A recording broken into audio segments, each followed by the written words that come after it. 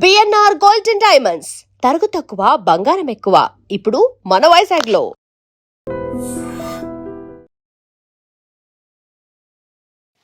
Colombia దేశాన్ని భూకంపం వణికించింది.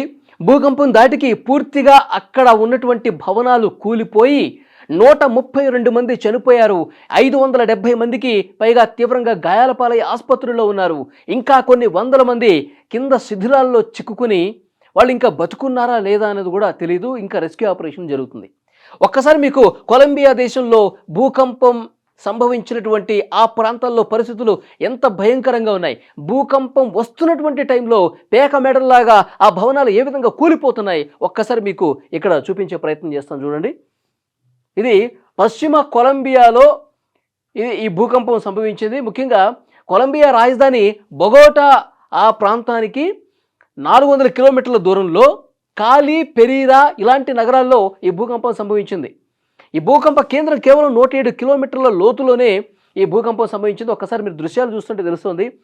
అక్కడ బొగోటా రాజధాని ప్రాంతం, అలాగే కాలి అనేటువంటి ఒక నగరం, తర్వాత పెరీరా అనేటువంటి నగరం. ఆ నగరాల్లో ఏ విధంగా భూకంపం వచ్చింది, ఆ దాటికి బిల్డింగ్స్ ఏ విధంగా కూలిపోతున్నాయి ఒక్కసారి మీరు చూడండి. ఈ బస్సు చూడండి ఏ విధంగా ఊగిపోతుంది చూడండి.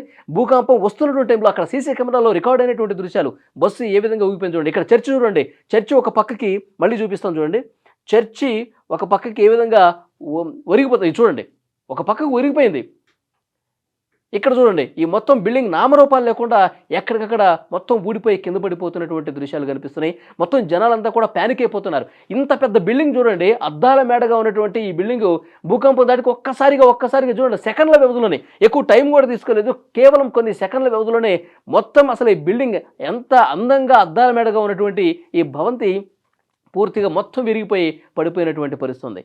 ఇక్కడ చూసారా మొత్తం దుమ్ము లేచిపోయి ఎక్కడా కూడా ఏమీ కనపడినటువంటి పరిస్థితుల్లో క్లియర్గా మనం చూడొచ్చు. మొత్తం అక్కడ ఉన్న చెట్లు కావచ్చు, బిల్డింగ్లు కావచ్చు, పురాతనమైనటువంటి భవనాలు కావచ్చు, అన్నీ కూడా పడిపోవడంతో జనమంతా కూడా నిజంగా గజగజ వణికిపోయారు. అసలు ఎప్పుడు ఏం జరుగుతుందో అర్థం కానటువంటి పరిస్థితి అక్కడ కనిపించింది. అందరూ కూడా రోడ్ల మీదకి వచ్చేసి గుమ్మిగూడి ఇక్కడ ఇంకా గంట గడిస్తే చాలు, అసలు ఇవాళ గడిస్తే చాలు అన్నట్టుగా ప్యానిక్ అయిపోయారు. ఇక్కడ వృద్ధులు, మహిళలు, చిన్నపిల్లలు కూడా. ఇంకా చాలా బాధాకరమైన విషయం ఏంటంటే నిన్న జరిగినటువంటి ఈ భూకంపంలో 2 పిల్లలు కూడా చనిపోయారండి.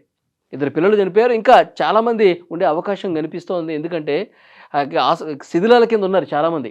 వాళ్ళందరినీ కూడా ఇప్పుడు అక్కడ ఉన్నటువంటి రెస్క్యూ సిబ్బంది మొత్తం ఆ శిథిలాలన్నీ కూడా తొలగించి లోపల ఇంకెంతమంది చిక్కున్నారు, ఎంతమంది గాయాల పాలయ్యారు, ఎంతమంది కొన ఊపిరితో ఉన్నారు, వీళ్ళందరినీ కూడా రెస్క్యూ చేస్తూ ఉన్నారు. మొత్తం శిథిలాలన్నింటినీ కూడా తొలగిస్తూ ఉన్నారు. ఇక్కడ ఒక్క షాట్ మీకు చూపిస్తాను చూడండి. ఇది ఎక్కడైతే భూకంపం వచ్చినటువంటి ప్రాంతం ఉందో అక్కడ ఎత్తైన ఒక కొండ మీద నుంచి తీసినటువంటి వీడియో ఇది. అంటే మొత్తం అసలు ఎక్కడెక్కడ బిల్డింగ్లు కూలిపోతున్నాయో ఆ రేడియస్ మొత్తం కూడా ఇక్కడ మీరు స్క్రీన్ మీద చూడండి. ఇది ఇక్కడ దుమ్ము కనిపిస్తుంది, ఇక్కడ దుమ్ము కనిపిస్తుంది. భూకంపం వచ్చిన టైంలో ఇక్కడ అంటే ఆ ప్రాంతం మొత్తం కూడా బిల్డింగ్లు పడిపోయి పెద్ద ఎత్తున దుమ్ము బయటికి లేచింది అన్నది కూడా క్లియర్గా అర్థమవుతుంది. ఈ ప్రాంతం మొత్తం బొగోటా రాజధాని ప్రాంతం కావచ్చు, తర్వాత కాలి నగరంలో కావచ్చు, పెరీరా నగరంలో కావచ్చు, చాలా దారుణమైనటువంటి పరిస్థితులు ఉన్నాయి. అక్కడ ప్రజలందరూ కూడా అసలు బతుకుతామా ఇవాళ అన్న స్థాయిలో రోడ్ల మీదకి వచ్చేసి ఏడుపులు పిడబొబ్బలతో ఆ ప్రాంతం మొత్తం కూడా హాహాకారాలతో మారిమోగిపోయినటువంటి పరిస్థితి ఉంది. చాలా బాధ కలిపే దృశ్యాలు. ఎందుకంటే మన గతంలో కూడా వెనుజువేలా ఈ మధ్య కాలంలో వచ్చింది, ఒక 2-3 నెలల క్రితం వెనుజువేలా ప్రాంతంలో కొన్ని వందల మంది చనిపోయారు. కొన్ని వందల మంది ఇంకా వాళ్ళు ఎక్కడున్నారో కూడా తెలియదు.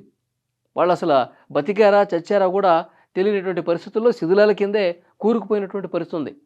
వాళ్ళందరినీ కూడా అప్పటికప్పుడు కొన్ని రోజులు పట్టింది వాళ్ళ ఆ శిథిలాలన్నింటినీ తొలగించి లోపల ఎంతమంది ఉన్నారు, ఎంతమంది ప్రాణాలతో ఉన్నారు, చిన్న బిడ్డలను కూడా బతికించినటువంటి పరిస్థితి ఉంది. రెస్క్యూ సిబ్బంది కింద రాళ్ల కింద ఉన్నటువంటి వాళ్ళు కూడా వెలికి తీసినటువంటి దృశ్యాలు వెనుజువేలా భూకంపం సమయంలో మనం చూసాం.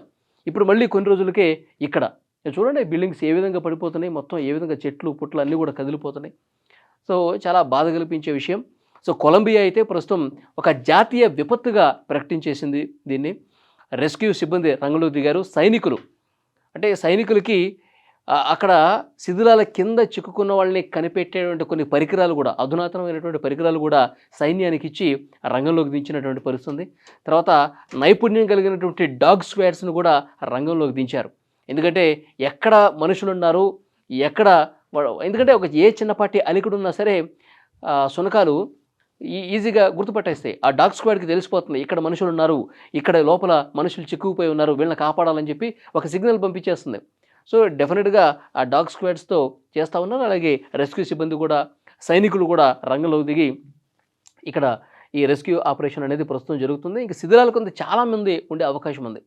నిజంగా కొలంబియాలో ఆ నగరాల్లో వచ్చినటువంటి ఈ భూకంపం పెను విషాదాన్ని మిగిల్చిందంటానికి ఈ దృశ్యం చూస్తుంటేనే అర్థమవుతుంది. ఎన్ని ప్రాంతాల్లో బిల్డింగులు పడిపోయాయి, ఎన్ని ప్రాంతాల్లో జనాలు ఆ బిల్డింగుల కింద కూరుకుపోయారన్నది కూడా ఈ లాంగ్ షాట్ చూస్తే అర్థమవుతుంది. సో నిజంగా ఈక్వెడార్ ఇప్పటికే ఆర్థిక సాయం ప్రకటించింది. ఈక్వెడార్ అక్కడ కొలంబియా దేశానికి కొంత సైనికుల్ని, మందుల్ని, సామాగ్రిని పంపిస్తూ ఉంది. ఇలా కొన్ని దేశాలు స్పందిస్తూ ఉన్నాయి. కొలంబియా త్వరగా ఈ ఎర్త్క్వేక్ నుంచి కోలుకోవాలి, అక్కడ పడిపోయినటువంటి బిల్డింగ్లు ఇంకా పునరుద్ధరణ జరగడం కోసం ఏదైతే ఆర్థిక సాయం ఉందో అవన్నీ కూడా కొన్ని దేశాలు ప్రకటిస్తున్నటువంటి పరిస్థితి ఉంది. సో వెనిజులాలో భారతదేశం కూడా చాలా వేగంగా స్పందించింది. గతంలో వెనిజులా జరిగినప్పుడు మన సైనికులు వెళ్ళారు, అక్కడ మన సైనికులు స్పెషల్ ఆపరేషన్ చేశారు, చాలామందిని కాపాడారు, మనం మందులు కూడా తీసుకెళ్ళాం, మెడిసిన్స్ కూడా తీసుకెళ్ళాం. సో ఇక్కడ కూడా కేంద్ర ప్రభుత్వం స్పందిస్తోంది. ఇప్పుడిప్పుడే మనకు వస్తున్నటువంటి సమాచారం. ప్రధానమంత్రి మోదీ గారు ఈ కొలంబియా ఎర్త్క్వేక్కి సంబంధించి మనం ఏ విధంగా సాయం చేయగలం, వెనిజులాకు చేసినట్టు ఇక్కడ కొలంబియా కూడా మనం ఏమాత్రం అక్కడ ప్రజలకి అండగా నిలబడగలం, అక్కడ ప్రభుత్వానికి అండగా నిలబడగలం అని చెప్పి ఆలోచన చేస్తూ ఉన్నారు. నిజంగా ఈ దృశ్యాలు చూస్తుంటే చాలా బాధ కలుగుతుంది. ఎందుకంటే వాళ్ళు అక్కడ కంపెనీస్లో పనిచేసేటోళ్ళు, ఇక్కడ లోపల నివాస సముదాయాలు ఉంటాయి, లోపల పనిచేసే వాళ్ళు ఉంటారు. ఒక్కసారిగా అనుకోకుండా ఏమాత్రం అలికిడి లేకుండా ఉన్న పళంగా ఇట్లా కొన్ని సెకండ్లలో భూమి కదిలిపోయి బిల్డింగ్లు పడిపోతున్నాయి అంటే అందులో చిన్నపిల్లలు ఉంటారు, మహిళలు ఉంటారు, వృద్ధులు ఉంటారు.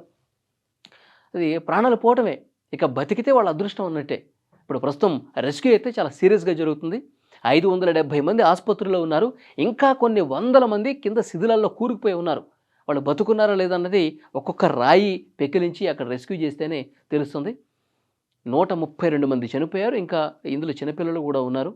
ఇంకా ఈ నెంబర్ ఎంత పెరుగుతుందన్నది కూడా చాలామంది కొంత బాధలో ఉన్నారు. ఆసుపత్రుల దగ్గర అయితే వాళ్ళ కుటుంబ సభ్యులు, బంధువులు ఈ విషయం తెలుసుకుని ఆసుపత్రులు దగ్గర రోధిస్తున్నటువంటి పరిస్థితి ఉంది. కాలి పెరీరా నగరాల్లో అక్కడ ఆసుపత్రుల భవంతులు కూడా కూలిపోయినాయి. ఆసుపత్రుల భవంతులు కూడా చాలా వరకు కూలిపోయి అందులో ట్రీట్మెంట్ చేస్తున్న వాళ్ళు కూడా తీవ్రంగా గాయాల పాలయ్యారు. అది ఏదో భూకంపం జరిగితే గాయాల పైన వాళ్ళు ఆసుపత్రికి వస్తారు, కానీ ఆ ఆసుపత్రులు కూడా కూలిపోయి ఇబ్బంది పడ్డ పరిస్థితి ఉంది. సో డెఫినెట్గా ఆ కొలంబియాలో అంత పరిస్థితులు మళ్ళీ నార్మల్ అయిపోవాలి. అక్కడ రెస్క్యూ ఆపరేషన్ తీవ్రంగా జరిగి పూర్తిగా గాయాల పాలైన వాళ్ళు త్వరగా కోలుకోవాలి. ఇంకా లోపల చిక్కున్న వాళ్ళు ఎవరైనా ప్రాణాలతో ఉంటే వాళ్ళు సేఫ్గా బయటకు రావాలని చెప్పి కోరుకుందాం.